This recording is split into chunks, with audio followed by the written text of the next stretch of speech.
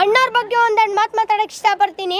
ಕೆಂಟಕಿ ಕರ್ನಾಲ್ ಕಲಾ ಕೌಸ್ತುಭ ಕರುನಾಡ ಕಲಾನಿಧಿ, ಅಭಿನಯ ಬ್ರಹ್ಮ, ಗಾನ ಗಂಧರ್ವ, ನಟ ವೈಭವ, ಮಧುರ ಕಂಠ ಕಲಾಭೂಷಣ, ಕರ್ನಾಟಕ ರತ್ನ, ಪದ್ಮಭೂಷಣ, ಕಲಾ ಜ್ಯೋತಿ, ಸಮಾಜ ಭೂಷಣ, ಯೋಗ ಕಲಾರತ್ನ, ಭಕ್ತ ಕಲಾರತ್ನ, ಕನ್ನಡ ಕಂಠೀರವ, ನಟ ಸಾರ್ವಭೌಮ, ಕರುನಾಡು ಕಂಡ ವರನಟ ಮುತ್ತುರಾಜ, ಈ ನಮ್ಮ ರಸಿಕರ ರಾಜ.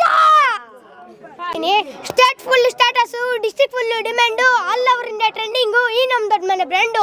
ಹುಟ್ಟಿದ್ದು ಹಬ್ಬವಾಗೆ ಬೆಳೆದಿದ್ದು ಇವತ್ತು ನನಗೆ ಬದುಕಿದ್ದು ರಾಜ್ಕುಮಾರರಾಗಿ. ಯಾವುದೇ ಸ್ಟೆಪ್ ಆದರೂ ಸಿಂಗಲ್ ಟ್ಯಾಕಲ್ ಮುಗಿಸೋ ಈ ನಮ್ಮ ನಾಟ್ಯ ಚಕ್ರವರ್ತಿ, ಡೂಬಿಲ್ದ ಮುಗಿಸೋ ಏಕೈಕ ಕಲಾವಿದ, ಸಾಹಸ ರತ್ನ, ಯಾವುದೇ ಕಾಂಟ್ರವರ್ಸಿ ಇಲ್ದಿರೋ ರಾಜರತ್ನ. 64 ವಿದ್ಯಾಗಲ್ಲ ಇರೋರೊಬ್ಬರೇ ಬಸ್ಸು, ಅವರೇ ನಮ್ಮ ಅಪ್ಪು ಬಸ್ಸು. ಹಿಂದೆ ಹುಟ್ಟಿಲ್ಲ ಮುಂದೆ ಹುಟ್ಟಲ್ಲ, ಕರುನಾಡು ಕಂಡ ಅಜಾತ ಶತ್ರು, ನಗುಮುಖದ ಒಡೆಯ, ನೊಂದೋರ್ ಮನೆ ನಂದಾದೀಪ, ಈ ನಮ್ಮ ಪರಮಾತ್ಮ, Karnataka Ratna doctor Puneeth Rajkumar and doctor Rajkumar. ಹಾಗೆ ಇನ್ನೊಂದು ಲೈನ್ ಹೇಳಕ್ಕೆ ಇಷ್ಟಪಡ್ತೀನಿ. ಆ ದೇವರಿಗೂ ದಾನವರಿಗೂ ಆಗಿನ ಕಾಲದಲ್ಲಿ ಜಗಳ ಇತ್ತು. ಆ ದೇವರಿಗೂ ದಾನವರಿಗೂ ಆಗಿನ ಕಾಲದಲ್ಲಿ ಜಗಳ ಇತ್ತು. ಅದೇ ಸಮಯ ಕುಂಭಮೇಳದಲ್ಲಿ 4 ಹನಿ ಅಮೃತ ಬಿತ್ತು. ಅದನ್ನೇ ಮಾಡ್ಕೊಂಡ್ಬಿಟ್ರು ನಮ್ಮ ಜನಗಳೆಲ್ಲ ಅವ್ರವ್ರ ಸೊತ್ತು. ಆದರೆ ನಿಜವಾಗ್ಲೂ ಅಮೃತ ಕುಡಿದಿದ್ದು ನಮ್ಮ ಕರ್ನಾಟಕದ ಮುತ್ತು. ಕುಂಭಮೇಳ ನಡೆದಿದ್ದು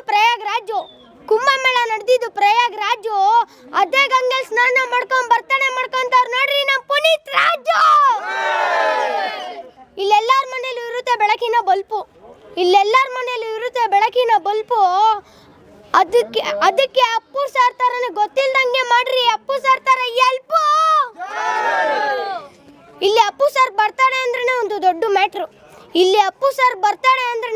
ದೊಡ್ಡ ಮ್ಯಾಟ್ರು. ಇಲ್ಲಿರೋ ಹೃದಯ ಎಲ್ಲ ಚೆಕ್ ಮಾಡ್ರಿ. ಅಪ್ಪು ಸರ್ ಹೃದಯ ಹೊಡ್ಕೊಂತೈತಂತ ಹೇಳ್ಬೇಕು. ಅದೇ Vikram hospital doctor.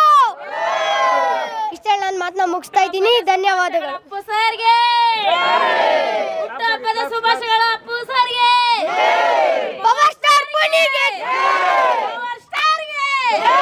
Power star Puneeth ರಾಜ್ಕುಮಾರ್ಗೆ, ಕಲಿಯುಗದ ಒಡೆಯನಿಗೆ, ಮುದ್ದು ರಾಜನಿಗೆ, ಎಲ್ಲ ಕರ್ನಾಟಕ ಜನತೆಗೂ ನಮಸ್ತೆ.